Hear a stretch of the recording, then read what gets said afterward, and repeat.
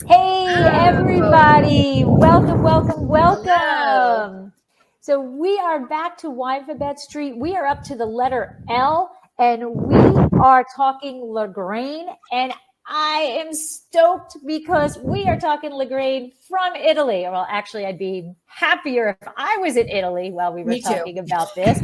But we have a special guest, Karoline Walch from Elena Walch Winery. And there it is. And we are talking Lagrein today. So it is going to be a fantastic conversation. So first, welcome, Carolina. How are we doing? Hello, everyone. I'm fantastic. Thank you so much for having me. Thank you for taking time for being with us. And we can't wait to get into the history of the winery and this great variety. But before we get to that, those of you who do not know me, I am your co-host, Lori. I am WSET Level 2. I am a Spanish wine scholar. I am a champagne specialist and Côte d'Aron specialist. And I am part owner with my husband of Dracaena Wines in Paso Robles. So winemaker on top of that. And I don't know what else. But I'm going to pass you off to my co-host, Debbie. So go ahead, who's going to forget half the stuff she does too. Yeah. I am Debbie Giaquindo. And first I want to thank Caroline for showing us how to change the backgrounds here. Yes. The computer. It could have been there for the whole time, or maybe it's new, but I'm sitting amongst Hudson Valley Cap Franc.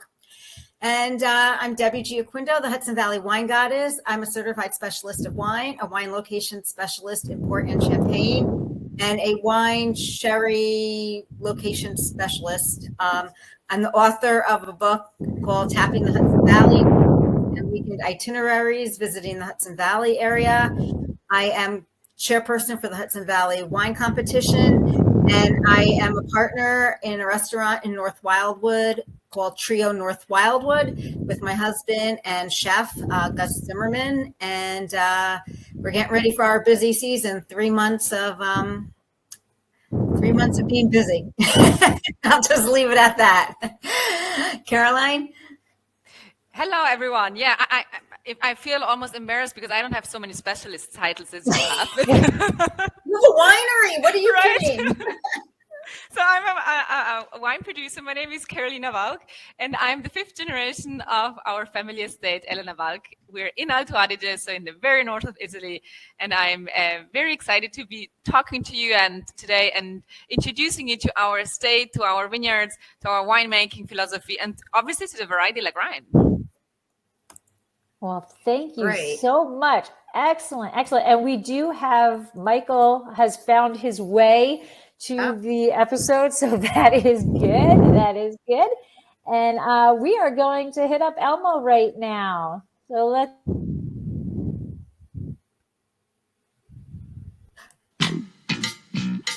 There we go.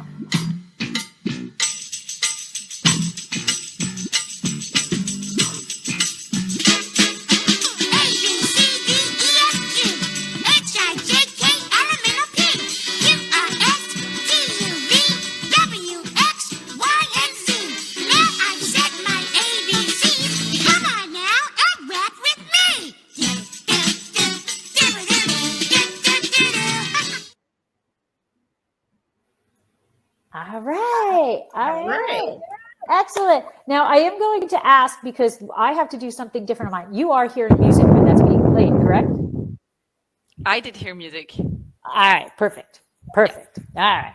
I have to We never know with that. It's always different. I always have to mute. Perfect. I always have to mute everything so I don't hear anything. Oh, no. Okay. No, that was beautiful. It was beautiful. It was great. Cute little song is there. For sure. All right. Perfect. So we'll just dive right in here. So, Caroline, tell us a little bit about the whole history of Elena Walch Winery. Yeah, before. It was 5th generation. Yeah, tell us all about it. Yeah, we've been making wine for a long time, and you can see it in my background. This is one of our major vineyards, the Vigna Castellaz, a very unique vineyard, and maybe I'll be talking about it later. But you'll see this old church also in the background. So it's a medieval town. We're in Tramin, which is actually also the birthplace of another grape variety, Gewürztraminer. And so the region is really known for winemaking. So we have been making wine since the Roman times and even earlier, probably. And do you all know where Alto Adige is? Probably I should first start. Right? I mean, Yep. Alto Adige, for those who don't know, it's in the very, very north of Italy, right? So we're bordering to Austria and Switzerland, right at the foothills of the Dolomites. And some of you might know the Dolomites, which are these huge mountains. You can see them actually in my background here. These snow-capped mountains. Kind of the Dolomites, really world famous for skiing, for hiking, for big tourist destinations, for sure. Whoever loves nature, that's definitely a place to go. And so we are right there. We're in the middle of the Alps, but Alto Adige is very unique as we're surrounded by the Alps, but at the same time, we're open to the south for the Mediterranean climate to come in. Hence, it's warm during the day, because during the day it heats up like in a basin, again, because we're surrounded by the Dolomites. But at night, we have those cold diurnal shifts, so the cold winds that come down from the mountains, and hence we have huge temperature fluctuations between day and night, which is a great place, hence, for growing vines. And history-wise, and I'm not going to give you a whole history lesson here, but something that you definitely should know about Alto Adige is that, I mean, it's a small region, right? We're contributing less to 1% to the total Italian wine production, so tiny region. And the region, just by looking at the church, probably you don't think you're in Italy, right? Architecture-wise, it looks very Austrian. And the reason is that Alto Adige used to be part of Austria up until World War I, and then the borders changed. Right. Oh. So history-wise, it's very unique, and that's why probably when looking at me, I don't look very Italian, probably, and I don't have an Italian accent, maybe. And the reason is that because of that, my first language is actually German and not Italian, right? So I always keep saying, yeah, we wear different hats at different occasions. So sometimes we kind of play the German card and sometimes more the Italian card, right? So the region used to be part of Austria up until World War I. Then the borders changed, and obviously since then we have been part of Italy, and it's a beautiful part of Italy, but it is quite unique and distinct to the other regions that you'll find in Italy. And hence, history-wise, we have a very rich history, and culture-wise, it's very interesting because you have those. It's really like a melting pot between these Austrian and the Italian cultures. And I always say I feel like we've picked the best things from both cultures. Sometimes we're a little bit more Italian when it comes to pleasure and lifestyle and the way we enjoy life and eat and drink, but then we're very Germanic when it comes to working and being on time. And so it's this neat and small little pocket in Italy that not all of you probably have heard of. Exactly. That's a good trivia question, because I never knew that. Yeah. I mean, today we talk Lagrein, and Lagrein is a German name, right? It's a German name. It's not the way it's spelled. So that's quite unique. That's something you should definitely know when you talk about Alto Adige and when you talk about Alto Adige wine. But yeah, so it's a very historic winemaking region, and because of our unique climate, we really can produce fantastic wines, both red and whites. Back in the days, it was mainly red wines. Nowadays, it has shifted. So there are about almost 40% red wines, but the majority nowadays is whites, actually. Oh, wow. And it's cool. And how about the majority of what you produce? Do you produce? For us, it's half, pretty much. Half red and half white. Yes. Okay. And yes, that's a little bit about the region. And then our estate is also one of the most historic estates in the region. The winery was actually founded in 1869, so 5 generations ago, right in this town of Tramin, where the picture that you can see in my background. And the winery has been there ever since, and has been in the Walch family, so in my family ever since. But then it all changed with my mother, Elena, who married into this family. Now, she was actually an architect, and she was born and raised in the big city of Milan, about 3 hours south of where we are. And marriage then took her to this small little village of Tramin. And I mean, she soon realized that there was nothing else but vineyards surrounding her. And she has always had this love and passion for wine. And I mean, we're talking about the 80s, when not only Alto Adige, but really all of Italy and probably most of the regions in the world were mainly focusing on quantity rather than on quality, right? So she never really understood why the family already at the time, we're owning some of the most unique vineyards, like the Vigna Castellas that you see in my background, a very, very steep, difficult vineyard to work.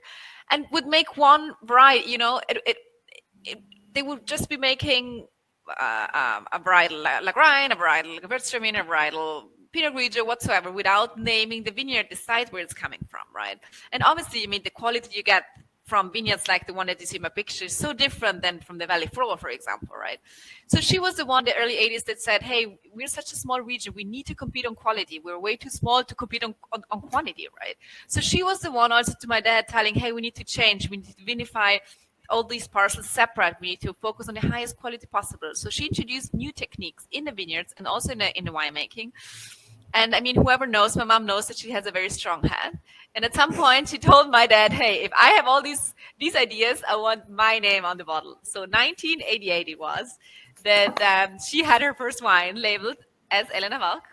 And and then even though in the beginning, she always thought this would remain a small side project to the actual winery of my dad. Her project really soon took off, and she started buying more and more vineyards and starting producing more and more varieties and wines, and always with the aim of showing the world the potential of the different sites that we have in Alto Adige. So that's a little bit our background. That's awesome, and more power to her, man. That is awesome. Right? So just complete not off topic, sidebar question. How steep is that vineyard? Is that considered heroic? This is yes. So this is 63% in steepness. So super steep. Obviously, everything we do there. I mean, I don't know if you can see it on picture. It's terraced, right? Yeah. It has to be, otherwise it will just slide off. It will all down at the church. Totally. And it's really like a pyramid sitting above this town of Tramin. And the unique thing of this vineyard is that it's the only hill in the region completely south-facing, right? Because generally the vineyards follow the valley, and the valley runs north-south. And you have the vineyards facing southeast or southwest. Whereas this is a vineyard, it's really like a pyramid, like a mountain itself, turned around so it gets the sun all day long. It's then influenced by two very strong winds. One is a very dry wind that comes from Lake Garda, which obviously is great for, it's annoying if you work the vineyard because the wind is extremely strong, but it's great for the grapes because it's a very dry wind. And then we have those cold falling winds from the high mountains close by. So we have huge temperature fluctuations there. And so we call it a very extreme vineyard for the exposure, for the steepness, and for the wind sweat that we have, for sure. And we actually produce on this side, we produce a Gewürztraminer, a dry Gewürztraminer, and a Merlot. Oh, okay. What is your number one white variety?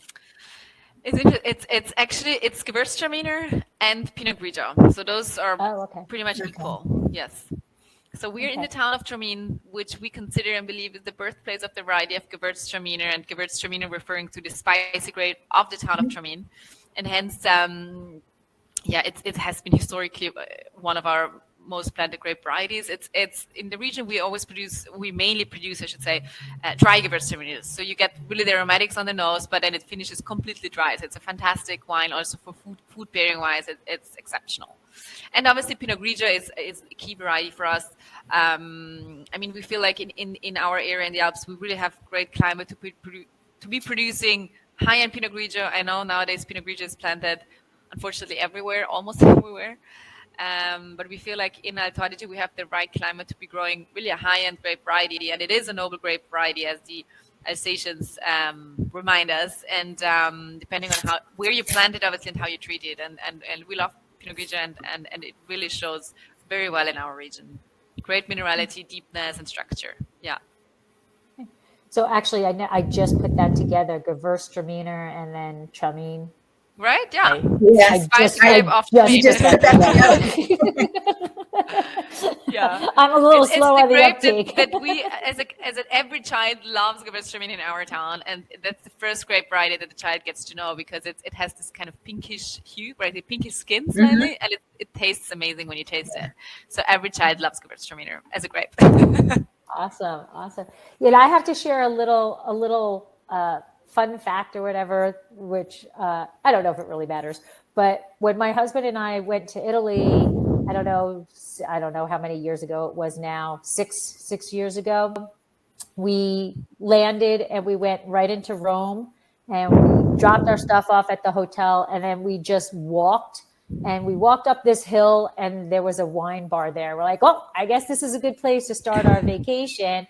And we went in, and we had your Pinot Grigio Oh, fantastic.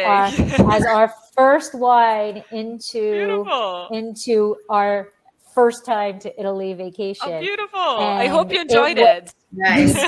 We did. It was a perfect way to start off our vacation. It was an anniversary trip for us, and it was a perfect way to start it off.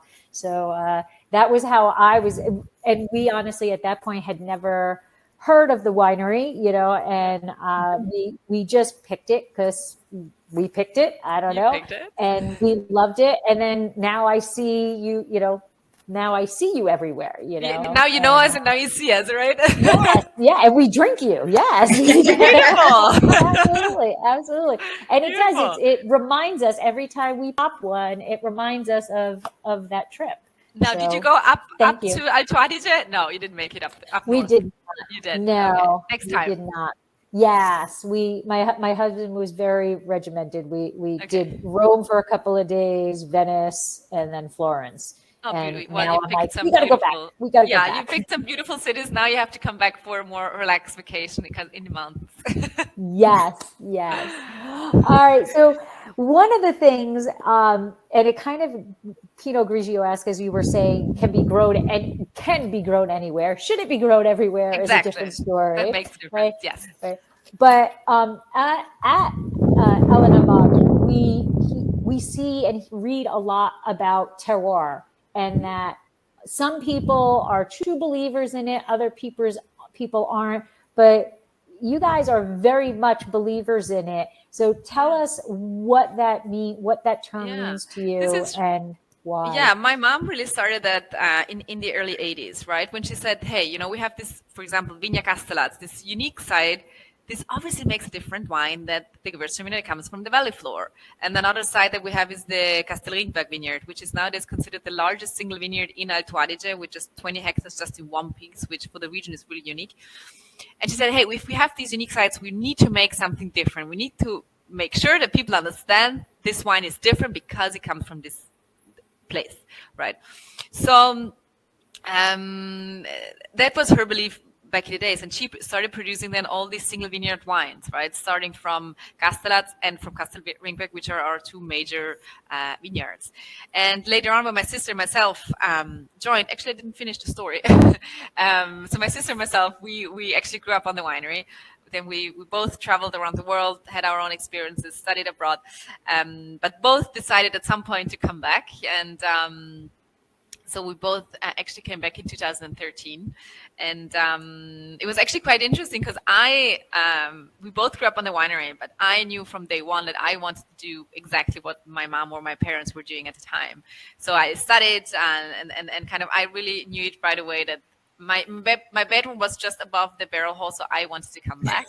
My sister, she did not at the time, and she was she said I would do anything but what my parents did, kind of this teenager thing. And then she studied everything else but wine at the time. And then actually we later only found out that she was actually secretly taking wine courses, and at some point decided to come to join the family herself. So we both found ourselves back in Charmaine, in this small town, in 2013. And she then studied also in Burgundy and in Bordeaux wine. And hang on, I lost you. Are you still there? Okay, sorry, Yes, my screen went black. Sorry. And so she had more the old world schooling in wine. I actually studied in Australia at the time and kind of had more kind of the new world approach. So hence we found ourselves in this very historic winery, and with the old and the new world kind of coming together. And it was so much fun because we both, studied in different parts of the world and then came in with new ideas, and then together found out what we thought would be the best for our winery. And what my mom then, introduced many years ago, which was this thinking of terroir, this parcel vinification of our different sites, is something that we then continued, and probably in a more strict way even, that we also started using. We were actually one of the first in the region of Alto Adige to be using this relatively new denomination or classification, I should say, of vigna, meaning vineyard. And if you put that on your label, it's like an MGA. You have to guarantee that the wine comes only and exclusively from one single site. And so what my mom introduced many, many years ago and was making wines only of these sites, right? And when the wine was gone and we didn't have anything to sell for so many months, she always thought that it's important to have a wine that speaks for its location, right? And hence we introduced that in 2015, then when the new denomination became available for the region of Alto Adige, this new classification, I should say, and so this is something she introduced back in the days, and we continued and will continue also in the future to really produce wines that really reflect the parcel, the region, and where it's coming from. And Lynn has put in the chat that loves your Castel Ringberg Lagrein. Yes, exactly. So we actually produce two different Lagreins. We have the Lagrein Selezione, which is Lagrein. See, we go back to the German pronunciation, right? The Italians would say Lagrein because that's how it's spelled, but it's actually Lagrein, and it's a Germanic name. Goes back to And so there are two different types. We have the Lagrein Selezione, which is a selection of several smaller vineyards kind of coming together. And then we have the Lagrein Vigna Castel Ringberg, and that's our single vineyard Lagrein, which is a Reserva style, which is then matured in French oak for about 18 months, bottle aged prior to being released, right? Whereas the Lagrein Selezione is, to me, a great expression of the variety itself. So this kind of more fresher and more approachable style than the Lagrein Reserva is. So, and that's what I have? You have the Lagrein Selezione, which is a selection of several smaller vineyards coming together. Okay. And these smaller vineyards, are they located in different areas? They're very close by. So I should say, we're in Tramin, the town that you see here. And Lagrein comes from vineyards in the town of Tramin, also Caldaro, which is a beautiful area for growing Lagrein in the lower parts. So those two parts, so that's not even 10 minutes away from each other. And Lagrein is this very unique variety that is an indigenous grape variety to the region of Alto Adige, right? It's really only being found there. And it's it has it's a very dark color, and you'll see that in the wine, right? It has very, very dark color, grapey tannins. Interestingly, it also has a good acidity. And it's interesting because we don't exactly know where the variety comes from. I mean, there has been we found like documentation that goes back to something like the 14th century where they were talking about this variety Lagrein. So we don't exactly know where the variety actually comes from. We know it's the closest related to Teroldego, which is in the nearby Trentino area. And then it goes back to Marzemino, and then it goes back at some point. It must have been kind of a cross also with Syrah, even with Pinot Noir, and some even say Merlot. So we don't really know how it kind of came together. But somehow Syrah is in there, somehow Pinot Noir. And I think kind of you feel that in the wine, especially when it's young, right? You get kind of these spicy notes also. And right?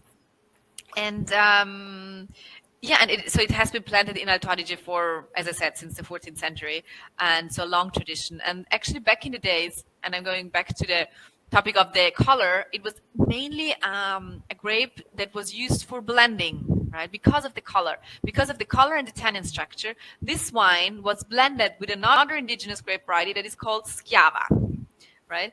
And Schiava is the complete opposite to Lagrein. Schiava is light. Very light in color, very fresh, very easy drinking, very Grenache-esque? Grenache. Grenache-like. Exactly. Very similar in that side. So obviously at the time they were using just a little bit of Lagrein to added a drop of Lagrein to the Schiava, and all of a sudden your Schiava was becoming kind of a Reserva, not a Reserva style, but kind of becoming more rich, more important, and you could set it off for more, right? So this was the trick, like using a little bit of Lagrein to make your kind of Schiava more important. And only then, really, we found out that Lagrein actually needed a special microclimate to really be expressing itself well. And so we actually started also on our estate. We started looking at the plantations we already had and said, where does it actually thrive well? And we realized that Lagrein needs to vinify it separately until the end and bottle it as a Lagrein, right? And hence we found out that Lagrein needs a lot of sun to really ripen fully, right? You needed to do a lot of green harvesting to make sure that this little bunch that remains on the vine really gets all the sunlight needed to ripen fully. And hence we started planting it only in the hottest and the warmest spots. Not surprisingly, for example, Caldara is a beautiful area. It grows very well on porphyric soils in and around the town of Bolzano, which is a very warm area. And we do a lot of green harvesting to make sure the little bunch, exactly as I said, really ripens fully, right? And you don't have those green harsh notes or tannins that can be very astringent if not planted in the right way. And hence, only later on then we really vinified it separately up until the very end. And it's now a fantastic grape variety. It's one of our most planted grape varieties in regards to the red varieties. Awesome. Yeah. So on your website, it says you're a true believer in sustainability. Yeah. And it's not just a buzzword. No. And I know that's very important to you. Can you elaborate more on that? Yeah.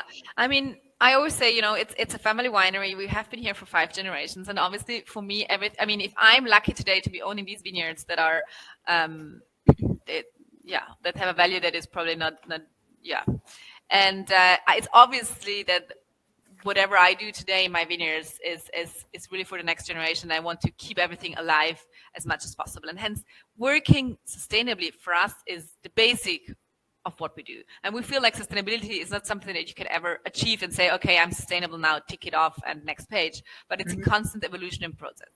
And hence, we've applied already many things and will add new projects really every year. Actually, just today, looking out of my window, we're just finishing our second, I should say, solar panels roof. So nowadays we can actually cover 60% of the of our electricity is all done with solar panels, right? So photovoltaic, yes.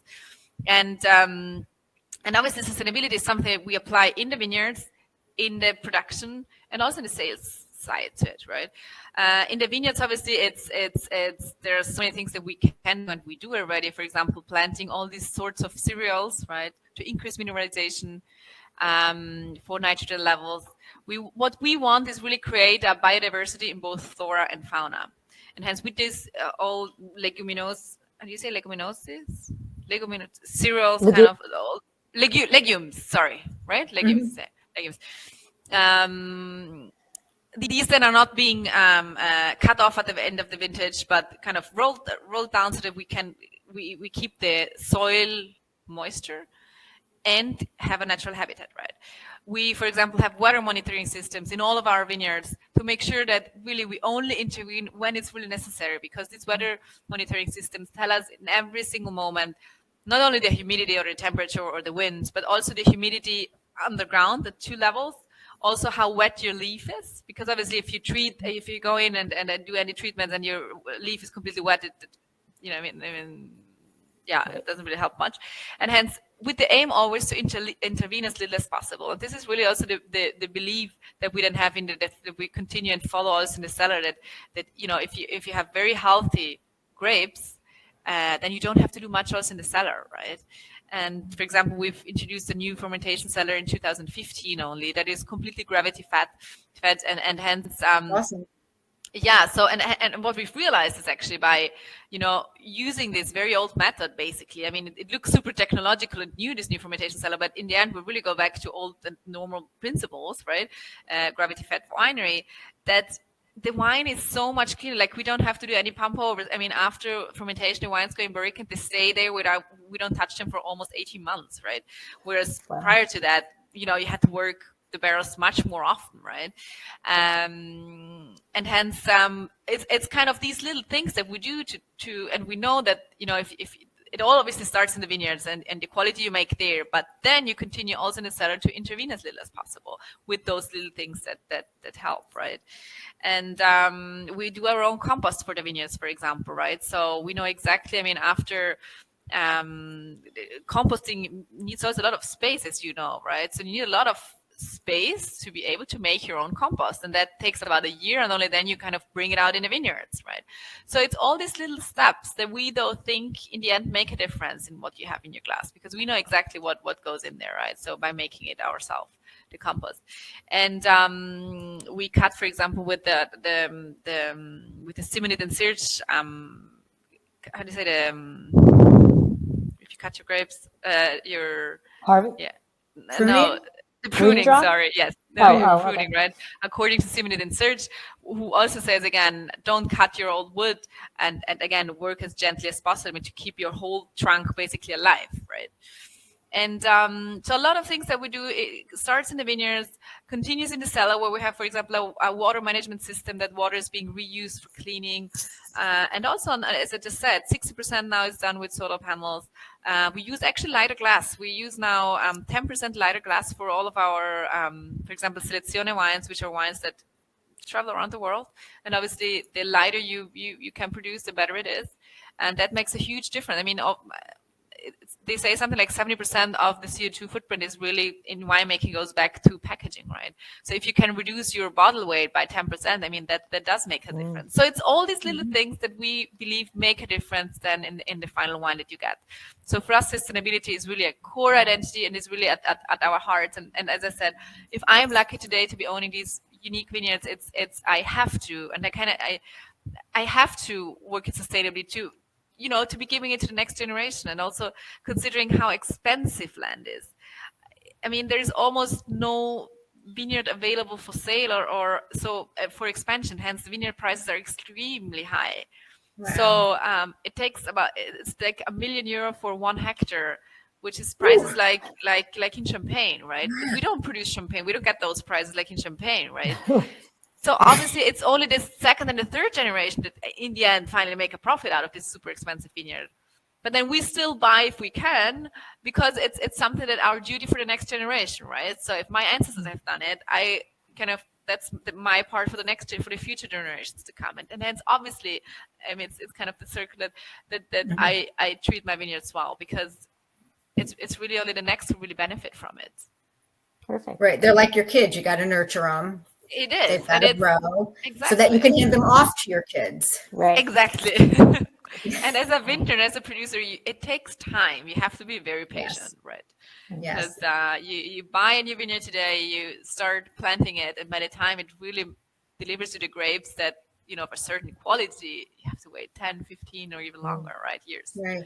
And also getting to know that particular site and exactly the cons and what it needs. Exactly. To understand what style can I actually make, right? You probably have in mind a certain wine, but can those grapes get there? I mean, is it really what I picture it, right?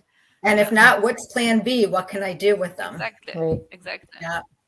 Yeah. So you're located in... I'm sorry. We just have 2 questions that have been there for a while. So the first one is from Todd, and he would like to know, how would someone from the U.S. travel to Tramin?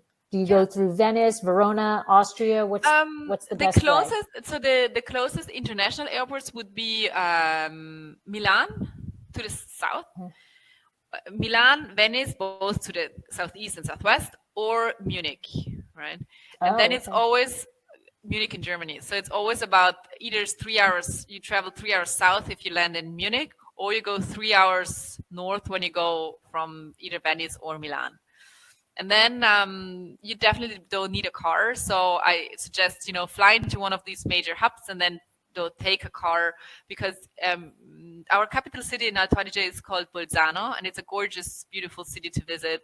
But once you've visited the city, and it's a small city, you only need a few hours there. You need your car to really travel around, to see the vineyards, to see wineries. But then also, if you definitely should go up in the mountains, because they're beautiful. And so you need a car there, and to travel around and visit all the different small towns that we have here, because there are very, very, very many small towns.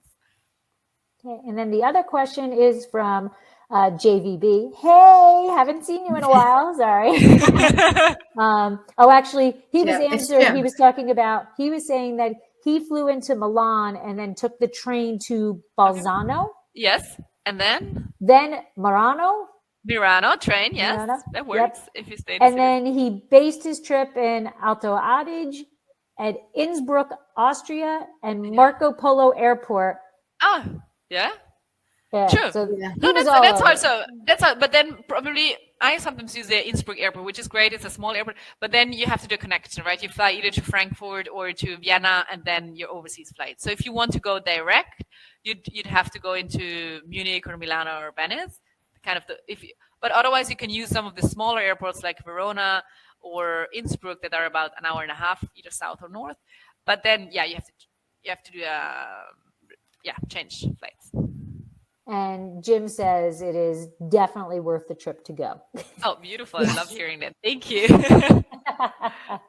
So sorry, Deb, go ahead. No, it kind of ties in to what my next question was. Beside the wine, what else is there to do? We've covered how to get there and hiking. So it's definitely a place for nature lovers, right? If you look for a big city with a lot of museums, then it's maybe not the place to visit. But if you're an outdoor person and you want to enjoy great weather, so actually our marketing agency says of Alto Adige, we have over 300 days of sunshine, which is not bad, right? So it's beautiful Very weather. nice. Yeah, and it's in summertime. It's interesting also for winemaking. Actually, we're one of the hottest summertime places in all of Italy. But the nights are make the difference, right? It gets hot during the day, but it's cold at night. So a lot of people, I get that a lot, that they say, hey, we thought we would be so far north so that it would be so cold, but in the end, it's so warm in summertime, and it's true. But yeah, what else is there to visit? Definitely visit wineries. It's beautiful. It's a beautiful vineyard area for sure. And most of them are in and around the town of Bolzano, Lake Caldara, Tremi, kind of where we are basically located. And then very important and very famous for in winter, if you come in winter, for skiing. And then for hiking in summer, or if you want to bike, beautiful bike roads and in the mountains, the Dolomites, like Val Gardena, which is beautiful for hiking or for skiing in the winter. And you have these very high mountains, and they're just very unique, very, very unique. And we have some small lakes, but it's definitely a place for people who love to be outside. And culinary-wise, it's very, very unique because, again, going back to what I said in the very beginning about the two cultures, right, the German and Italian influence, that you'll see that also in the cuisine, and hence you'll have amazing food because you can choose between those very traditional restaurants. If you go especially higher up on the mountains, they will cook you very Austrian-like food, right? Very traditional. But then at the same time, you have this very Italian cuisine and influence, and very many high-end restaurants, they tend to blend these two things together, and it kind of really exceptional food. So I believe we have per capita, we have the most Michelin star restaurants in all of Italy. Yeah, so that's not bad, right? We also even had a 3 Michelin star restaurant, but unfortunately he just closed. But because the huge hotel got purchased by another huge hotel anyway, so they decided to redo it. So we don't know exactly what's going to happen. But yes, so it's a very, very high-end place for people who kind of want to enjoy good wine and good food. It's definitely a place to go. Awesome. All right, so let's focus in a little bit on the Lagrein. So how did you start producing this grape? Was it on the vineyard and that you had purchased? How much of production is it for you? Yeah, so Lagrein we have been, being a very historic, we're one of the oldest wine growing families in the area. So we have been making Lagrein really literally ever since. But it has always been, as I said, the minority. The major grape was Schiava Farnacci in German. And only later, as I said, my mom then said, hey, we need to vinify it separately. We need to, make a varietal Lagrein. And then only then we started realizing what Lagrein really needs to become a varietal wine, right? And as I said in the beginning, my mom changed a lot of things in the vineyards and also in the winemaking, and she was really a pioneer in the high quality revolution that our region went through. And and it's also with Lagrein, right? And doing a lot of green harvesting, so it really only have the small bunch on the vine.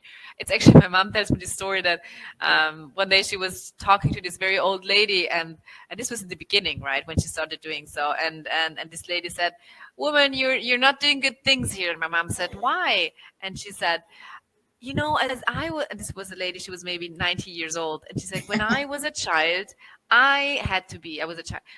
During harvest, we kids had to be the last in a row during harvest, and we had to whistle and sing to prove that we were not eating one single berry. And now you're cutting down on the ground." Right? So she changed a lot of things, and a lot of the people at the time did not like this. But certainly with Lagrein, it was necessary to make to start making it as a varietal Lagrein, right? Because otherwise you'd have these very astringent and tannic notes that no matter how much oak or no matter what you do in the cellar, you just don't never get rid of it, kind of these green notes. So definitely this green harvesting helps a lot. So Lagrein needs a lot of sun to really ripen fully. So you do a lot of leaf pulling so that yes, leaf exposed pulling is important. Yes, yeah. exactly. Sun exposure is very important. Also, for example, we planted one of our major vineyards of Lagrein is kind of going towards the lake, where we have the lake that releases some heat also at nighttime, and hence we have less temperature fluctuations than, for example, on the Castellaz hill that you see behind me. So definitely the warmest spots in Alto Adige go for Lagrein. It is it has a spice note to it that I keep smelling because I'm trying to figure out exactly what spice it is. Kind of the white pepper, maybe the white pepper thing. But it's I literally keep sticking my nose in it because it is a beautiful smell. And on the does it smell like the mountains? Oh, absolutely. You have to say that, right? So we did a good job, right? Yes. But there's also there's a little bit of floral essence in there too, kind of like violets, not like a strong rosemary, like not something that's that potent. But there's something behind that white pepper that is just Time? Yeah, kind of like a softer, along I'm that doing line. good with no wine, huh? I know you are. Right? Deb understands my lack of but I really do just keep sticking my nose into it because it's a beautiful aromatic wine. It really is. And then on the palate, you can tell that there's the tannin is there, but it is not. It's not. It has a good acidity, right? Yeah. Right. Yes, absolutely. The acidity is there, and it plays well with the tannin, and the oak regimen that I guess you're using kind of softens that and lightens that body just the right amount so that it's so enjoyable. Thank you. It actually, I have to say, this wine matures in regards to the oak treatment that you just mentioned, it matures in those large wooden oak vats, and whoever comes and visits the winery, it's beautiful to see because we have an amazing historic cellar with old casks that date back to 1873, the oldest, and these barrels are still being used, and they're all hand carved, so they're huge, right? They're massive. And they really tell the story of my family, of my ancestors, of the region, of the importance of winemaking in Alto Adige historically, and obviously those are great also for microoxygenation happening, right? And for the maturation of the wine for sure. Yeah, so, I'm sorry, and then there's red fruit. That's kind of dark red fruit, right? Is where it's lovely, and I really just keep sniffing it. But I have to say, it has a beautiful smoke. I always find like it has a great smoke on it, so it's beautiful to pair with anything that has smoke on it. Actually, we in Alto Adige, I don't know about your parts of the world, but here in Alto Adige, the perfect pairing with Lagrein is actually venison. in regards to Venison. very dark red meat, venison, because it has this slight sweetness to it, almost the meat, and hence it perfect pairing for us. For the classic, typical pairing of Lagrein in Alto Adige would be with venison, yes. Okay. But really goes so well with so many things, like even on a great barbecue, just because it has this smoke. I love it with or with some great pizza. It's easy to pair. It's Yeah, very versatile. I have no problem with pizza. This right. is- Very versatile. Yeah. So yes.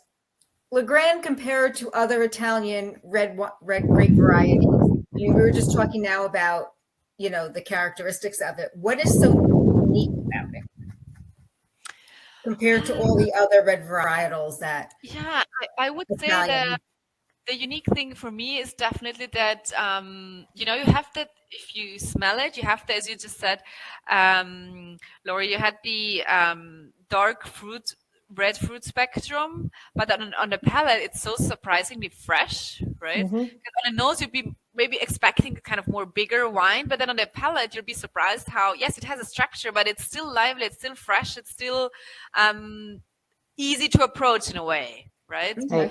And hence I think that's kind of the typicalness of the uniqueness of Lagrein, that you definitely feel there is a certain freshness that in the area in Piemonte or or obviously in Tuscany and further down you don't get. Right. And Jim has said that Lagrein. How do you? What's Lagrein. Lagrein. Lagrein. And Sheva are fabulous grapes to taste in northern Italian food. There are more delicate, elegant wines. The fedors are massive and impart a gentle oak influence. Mm-hmm. Yeah, and I would agree to that, because we have certain regions here in the United States that have a very poor love affair with oak, in which you put that up, when you put that on the palate, you're tasting oak. You're not, you're not tasting what that fruit the variety is itself. really, right. Yeah. And this, you can taste that variety. You can taste what the wine is trying to express, and it's an enhancement versus, that oak is an enhancement to it that just adds a little dimension, a little different dimension to it. And by what you're saying, maybe taming down those strict tannins that it can get to without dominating it, it's allowing you to taste the grape, which is what I prefer. Exactly.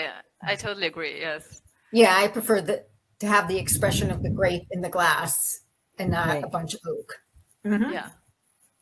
And absolutely. Now, you did kind of explain what the climate is like for that, but in general, like Lagrein, like if you were choosing the ideal spot, what is that climate that Lagrein likes? What is that soil it's warm. It's the answer is it's a warm for Alto Adige, right?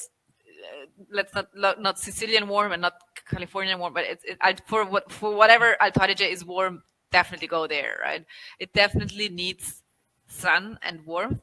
Lagrein does not well on high elevation, so the highest we go is probably 350 meters, 400 say the most. So you stay low in the valley. Porphyric soils do very well with Lagrein. Generally also loamy soils and do very well. If you have a lake close by, that helps to again kind of have a more moderate climate. What else? When you say warm, how warm does it usually get there, like in the summertime? It gets fairly warm. So I'm not very good in Fahrenheit, but it's we can get in summertime, talking about July and August, up to 32, 33 degrees, yes, Celsius. Right. So that's 100 or something. Sounds hot. Yeah. 32. I'm terrible in that. 90. 90. Okay. Yeah. But do you get any humidity? No, exactly. That's you don't exactly get much disease pressure. See, I never talk about humidity because it's not a big. we're very lucky that it's fairly dry, also because of the winds that we have, right? So it's a fairly windy place. So no, disease pressure is, I mean, obviously sometimes it's there if it rains, like 2014 has been a difficult vintage for everyone, but generally it's a dry vintage. And that actually brings me to another topic, that there's so much talk about, vintage variation. In Alto Adige, really, to be honest, even if, like, whenever I have to do some vertical tastings of whatever wines, talking about the vintage for us is so hard because we don't have these huge variations between one vintage and the other. So we're, generally speaking, fairly lucky to have a very constant and good weather. Then obviously, like 2014, it has been a kind of a more difficult, more rainy vintage. 2015 has been exceptionally hot. 2003 has been exceptional. But in general speaking, it's not that one vintage is so different from the other, right?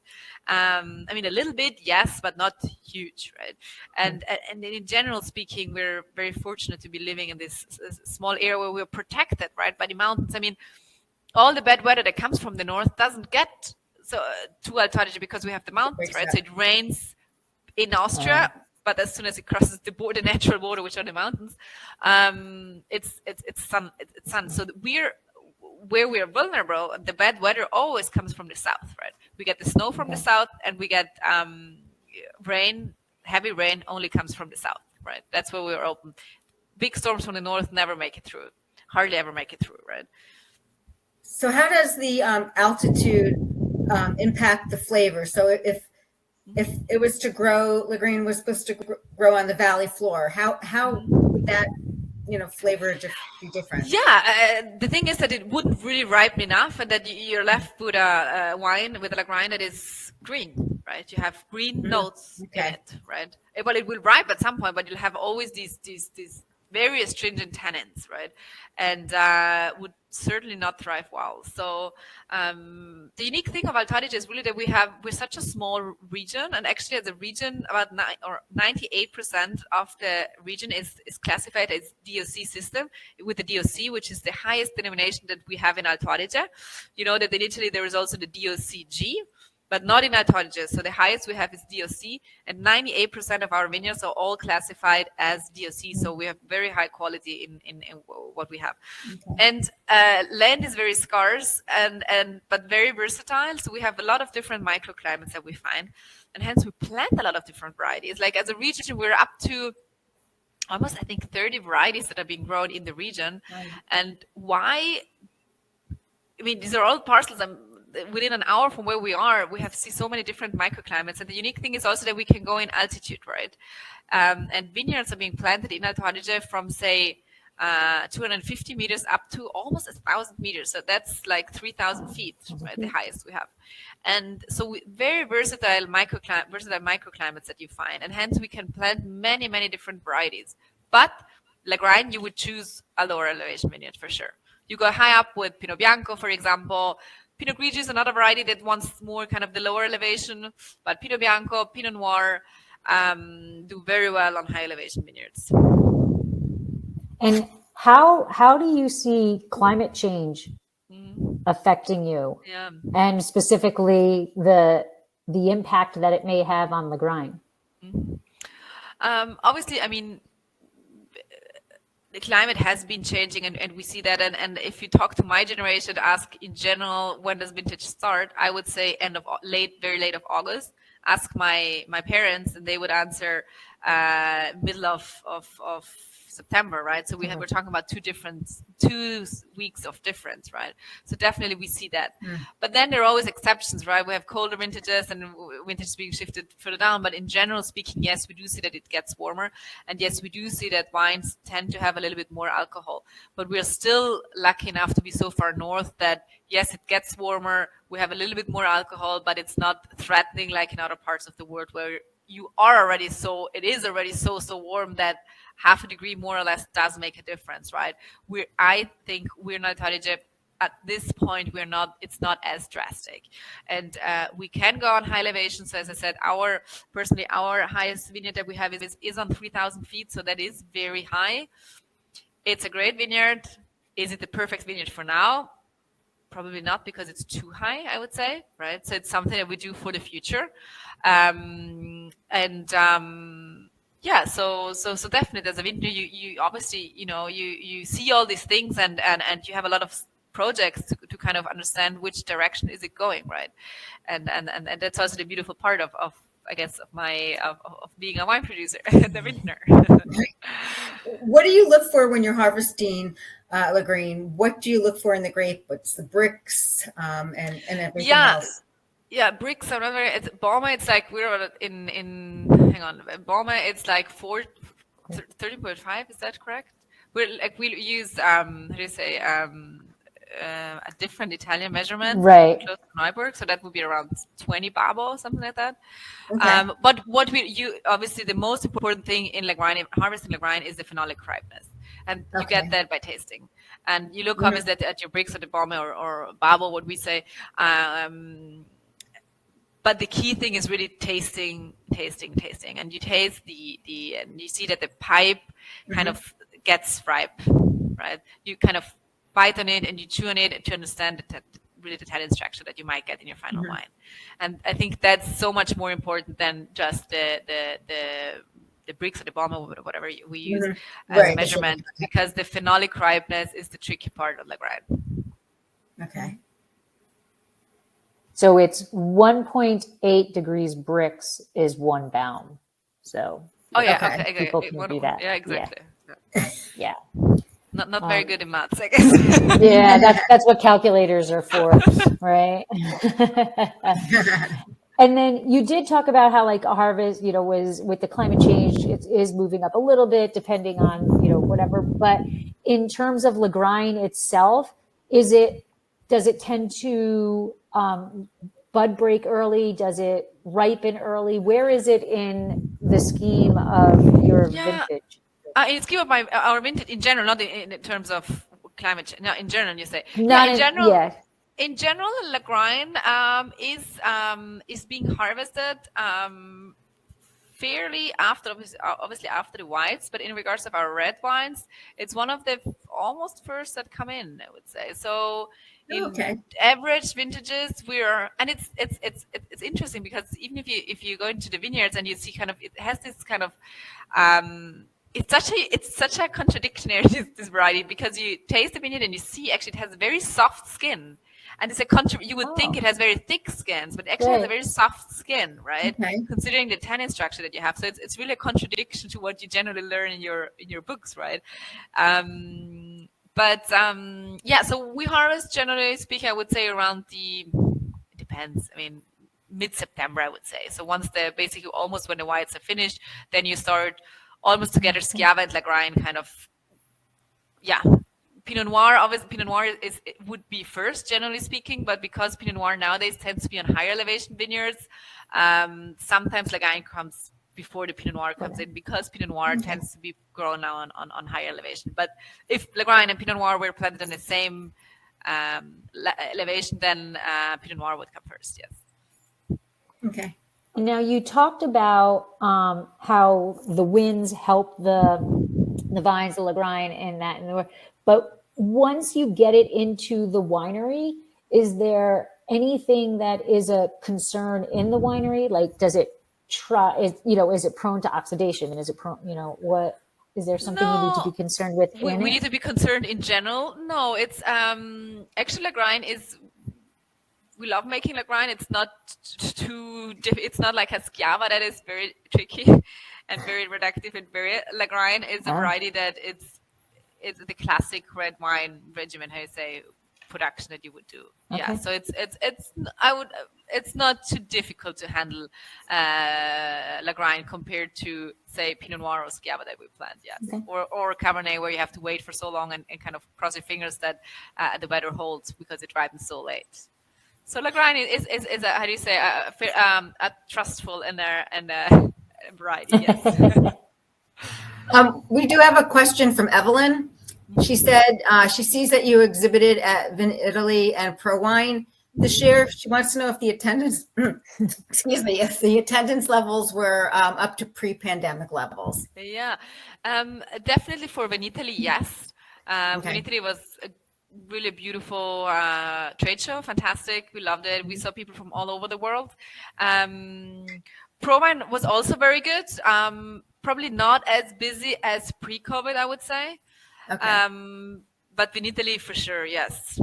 I mean, Okay. yes, for sure. It was great. That's Yes, we good. loved it. What is the best way to enjoy this wine? Is it better to drink it young? Is it a good aging wine?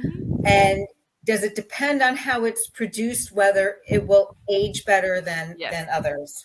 Yes, to the last thing that you said. Yes. Okay.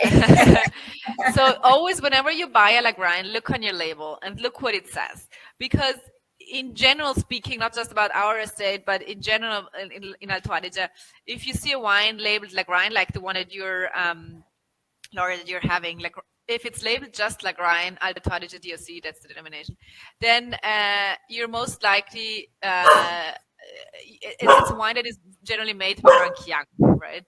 And it's kind of more fresh, and it's a wine that is approachable and is here to be drunk now, right? So you look for kind of more recent vintages and don't go too far back unless you really want to see how the variety evolves. But in general, those are wines that are being made to be drunk young.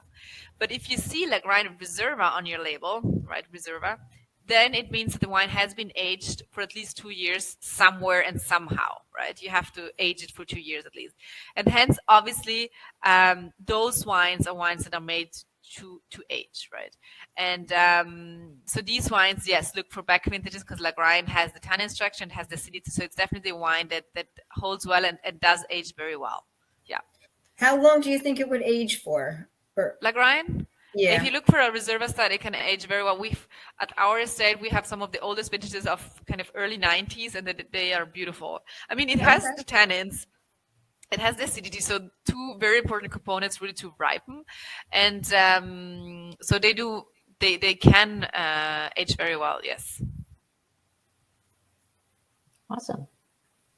Great. Good to know. Yeah. And we've already covered climate and soil. So Deb? So what's the future of Elena Walch Winery? What's the future? Well, I feel like what my mom introduced many years ago, being this pioneer in the high quality revolution that our region went through, and with her belief of really making wines that are a true reflection of a single side of our area and of our family in the end, is something that my sister and myself, we definitely want to continue, perhaps even in a more strict way with new labor requirements that kind of prove that even stronger that we are producing wines from a single site, for example, working very sustainably and basically giving the soil back, what we take out, we need and want to give back. So really the future is to continue producing very high-end wines and produce wines that are really the true reflection of who we are and what we do and definitely where we are. And continue the legacy that my ancestors have done for many years already. And Lynn just said that she just had your 2012 and it was lovely. Oh, beautiful. Fantastic. Thank you so much. Yeah. And then, so piggybacking on Deb's question, that's the future of Elena Walch. What do you see as the future of Lagrein? I think Lagrein is a variety that it's a native grape variety, it's an indigenous grape variety of Alto Adige, but especially in days like this where people love kind of these native, indigenous, different grape varieties, different than the classic international varieties like Merlot, like Cabernet Sauvignon. So for us, it's actually easier to sell a Lagrein in the US than to sell a Cabernet Sauvignon in the US, right? And hence, I think like there is, especially in times like these, there is more and more interest in native grape varieties overall. So I think Alto Adige will continue producing this neat little grape variety that we have, and really show the world this small variety. Obviously, it will remain a niche product, but that's fine because we're such a small region, that we wouldn't have enough anyway. But I think it will have, it will remain a niche variety, but should always hopefully have a place in wine lists around the world. What 3 facts would you like people to remember? Because we're starting to wind down here. We're almost done. What would you like for them to remember about Lagrein? About Lagrein, 3 things. Okay. It's very versatile. Remember to drink Alto Adige, so northernmost wine growing region in Italy. And it's just, let me think, last thing, drink and if you drink it, kind of be thinking of this region that is surrounded by the mountains in the middle of the Dolomites. We have very small vineyards available only, and it's warm during the day, it's cold at night, so it's this tension that you hopefully see also in the wine. Wonderful. So, Mike, I'm Googling here because Michael obviously knows more about Paso than I do, which is where I live. But anyway, he was asking a question, which I'm trying to see how they describe it. We do have Lagrein here in Paso. So, Yeah. have you ever visited Paso? I actually have been in the area, and I have tasted actually. Hang on, now you got me. I should have looked it up. I tasted some Lagrein that was planted in California. I once had it in from upstate. Is it upstate New York from the Channing daughters? Channing daughters. That's Long Island. That's Long Island. They Yeah. planted it. Oh wow. And also in Now that's California, interesting because Yeah. that's cold. That's exactly it. So I was, yes, no comment on this. And but then hang on, it is also in California. I should have looked it up. There are a couple of producers in California that do it. The ones that do some Italian. I should look it up. So here in Paso, which is the Central Coast, Yeah. right smack dab in Central California, there is a winery called Pelletier Winery, and Okay. she specializes in Italian grape Look at varieties. that. And so hers is $75. No, there you go. And the description says the incredibly rich and complex layers of black raspberry, anise, and dark plum on the palate met with silky lingering tannins on the finish. Oh, there you go. Okay. And Yes. I know Liz also in said Australia there is a little bit planted, like in the Adelaide Hills. I know they do plant some Lagrein. And- Lynn said Jeff Runquist Wines in Amador County has and Lagrein. Jacuzzi. Yeah. And Karen says Jacuzzi in Sonoma bottles and sells it. Oh, too. Jacuzzi is all Italian. Yes, Yeah. exactly. I think I heard about that one. Yes. Right. And their recommendation for food pairing is grilled pork chops, flank steak, and prosciutto. There we go. Well, So- they just never had venison. Yes, Yeah. I will let her know. Yeah, right. Because if you know her, I will let her know that she needs to add venison to her website. But is it something that you eat or not so much? Is it Well, in the you know, US? venison? Where I am, Then a it's lot not of so people much, do. right? Where I am, Yeah. a lot of people do eat venison because they physically go out and hunt it. There we go. Yeah. Around Thanksgiving, mid to end November. Mid-November is bow season, and then around our Thanksgiving is gun season for deer. So when people, So kind of, but it's not something a classic dish on the restaurants. right? It's not something you Not so see much. on a Okay. menu like you see a hamburger, Yeah. Interesting. or a steak, and it's usually a fall dish actually as well. Right. Like you'll It's a see it what, more huh? on the menu. You'll see it more on the menu in the fall. In the fall. Yeah. Yeah. Got it. Yeah. Yeah. Interesting. There we go. See. Yes. All right. And then, so just where can people find you? Where can people find, you travel all over the place, because we've actually met once in New York City at the Italian. The It was, Trebbieri tasting? yes. Maybe. Years Yeah, and years and fantastic. years and years Were you ago. there this year? Yes. Were you there No. this year? Yeah. I But, personally wasn't, but we were there. Okay. Yes. I'll have to look Yeah. for you next time. I'll You have You to look should. for Yeah. No, it's Yeah. a great event. Yeah. Next One year. of Yeah. our yes. Preview was there. Yes. It was a great show. And where can you find us? Obviously, visit us in Tromin. As I said, it's a beautiful small little village. You're surrounded by the mountains. It's really gorgeous. But if we have a beautiful cellar door, so tasting room, and we have a small sort of restaurant with local produce, only cold cuts, and it's in the middle of the vineyard, so it's gorgeous here if you wanted to visit. We offer also vineyard tours and winery tours, but if that's too far, we do participate at some wine shows around the US, for example the Gamba Rosso or the James Suckling events, and then our wines are distributed throughout the states, and so look for us in fine retail or in kind of restaurants. And where can they find you online? Online, Yeah. I think it's wine.com. They should. No. Where can they find out about you online? It's Your Elena website, Walch. Instagram, Oh, sorry. Yeah. We're elenawalch.com, or we're also on Facebook and obviously also on Instagram with Elena Walch. Good. Awesome. Well, I want to thank you for coming on. Thank you so much. Anything that Debbie or I did not cover about Elena Walch or Lagrein? I think you covered quite a bit. So on top of my head, I can't think of anything. I hope I gave you a nice overview of what we do, of what my family does, and of what the region does. So I hope I was able to give you kind of all these insights. So nothing on my end. It was wonderful. I actually learned so much. It was Thank you so much. Fabulous. Thank it you really so much, was. Debbie. And just so you know, Karoline, we've had 8 people on from the get-go.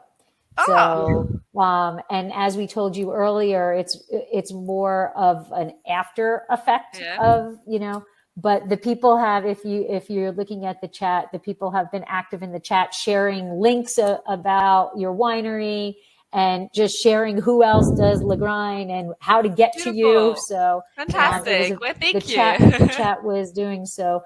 We want to thank you for coming on and sharing your knowledge and sharing your wine. So I just wrote in the chat, I'm going to go to Pelletier and Hope Family Wines with your bottle and go let them taste your wine. So I can do a side by side of your wine with theirs. So beautiful. I will do that. Yeah. I'm curious to hear your thoughts then. Yeah, interesting. I can't wait to hear it too. And I was just out on Long Island too, wine tasting. Oh, there you go. So, but I'm not going back. Somebody told me they don't do it anymore. I saw it several years ago, but have a look. Yeah, I definitely tasted it once several years ago.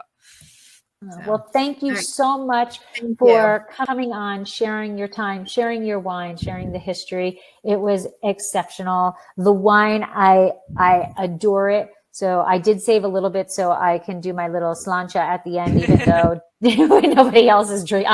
I'm the earliest in the day and I'm drinking. I'm looking forward to getting the bottle. So once my daughter comes down. Yeah. So I love when I have a reason to drink at 10 a.m. So thank you so much. And have a great day. Have a great week. And again, thank you. Thank you so much. Thank you all. Bye. Thank you so much. Bye. Bye. Ciao, ciao.